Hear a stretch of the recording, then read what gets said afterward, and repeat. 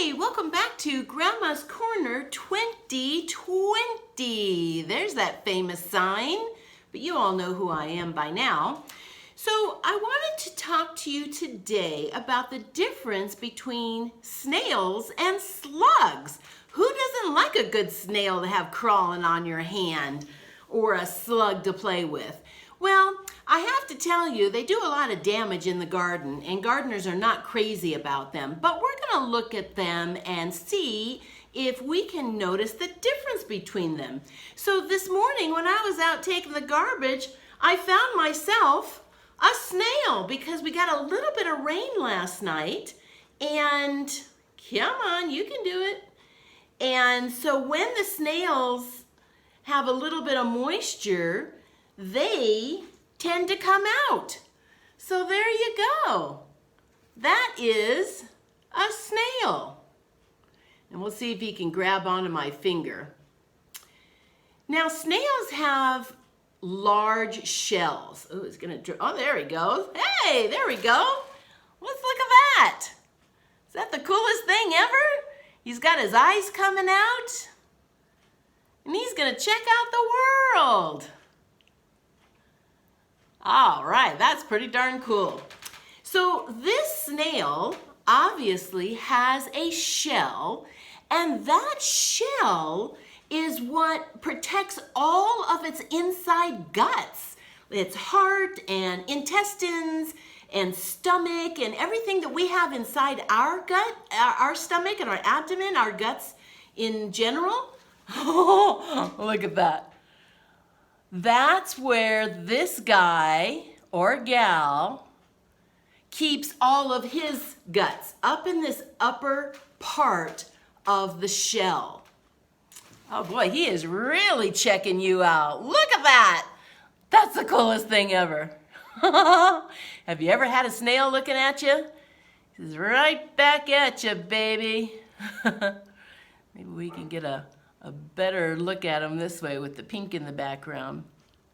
In any case, that's the purpose of the shell. So snails, when they have this shell around them, it is for protection from predators, obviously, and it also requires that they eat calcium, because the shell is like the nails on our hands, our fingernails. And we have to have some calcium in order to have hard nails, and they do as well. So they have to make sure that part of their diet is going to be calcium, which they get from some of the rocks in the ground, the minerals. But the problem with the shell is they have very few places where they can hide. So they can't get into nooks and crannies like a slug might be able to. So that is one little bit of a disadvantage. But interestingly enough, snails have been around for a very, very long time, and they have evolved into slugs. Now I'm going to see if I can get this slug out of here without doing too much damage. So I'm going to gently get it out with, come on, there we go. Whoop! Took a little plop. So here we have a slug that you can see at the other end, and this slug does not have a shell. Wow, how interesting is that? So you're probably asking yourself, well, if I pull the snail out of its shell, will I get a slug? Well, the answer is no, because they're really two very different animals. Even though they are related to one another, they are different. So evolution, which means just many, many generations of change in body shape, coloration, size, number of limbs, eyes, no eyes, whatever they need to adapt to their environment.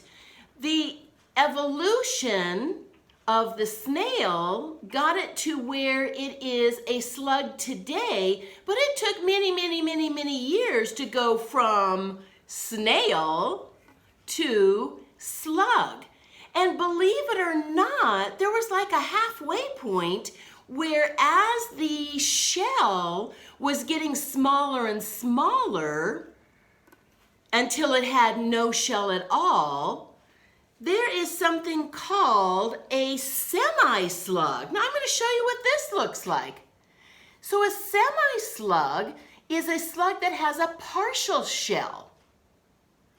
And here's another example of a semi-slug. Maybe it's better that way. So you can see it has a shell. It still needs to eat calcium to have that shell. But here's the deal. These semi-slugs, they cannot hide inside of their shell. So they don't have the protection of the shell like the snail does. But what it does have is a place where all its guts can go. So all the guts are protected up inside that shell, but it can never retract inside the shell to hide away like a snail can. Now I do have another snail in here, but yeah, he's starting to come out too. I was hoping he would hide away. So let's see what else is the difference. The snail is attached, and I think we talked about that. You cannot take that out of its shell or it will die. And then the slug itself doesn't have a shell. But the thing about a slug is that it can hide in nooks and crannies away from predators. But the snail has a harder time because the shell gets in the way, so it can't get into little tiny nooks and crannies, unfortunately. So I want to give you a size reference. I'm going to put this Hershey's Kiss, and everybody knows what a Hershey's Kiss is, so you can tell the size of that slug in comparison to the Hershey's Kiss. It's not that big, and there are much bigger, believe me. There are banana slugs that get as big as my finger, and they are yellow or could be brown. We find those up in Northern California, and they like the water. They like the Pacific coast. So here we got ourselves another one. So now you can see how it has gone inside the shell mostly for protection, because it's not feeling comfortable right now. And as it starts to feel more comfortable, it's going to come out. Now, what is it that allows it to move? Well, let's go back to this guy. Wow, he is a great actor. I'm really enjoying him. That is the foot and the head of the snail. All the guts, again, are inside, but the foot, which is the back end, and the head, which is the front end, are the only two things that are exposed. Again, we've got the poor little slug. He's exposed all the time. And now our new friend, he's checking things out thinking, all right, this looks like it's okay. I see some greenery. I might be all right. So that, folks, is just a little bit of information about snails and slugs. Remember, they are not good for gardeners. They do a lot of damage, but they're certainly fun to check out and learn about. Who knows? You may be some kind of scientist in the near future who wants to study these kinds of animals.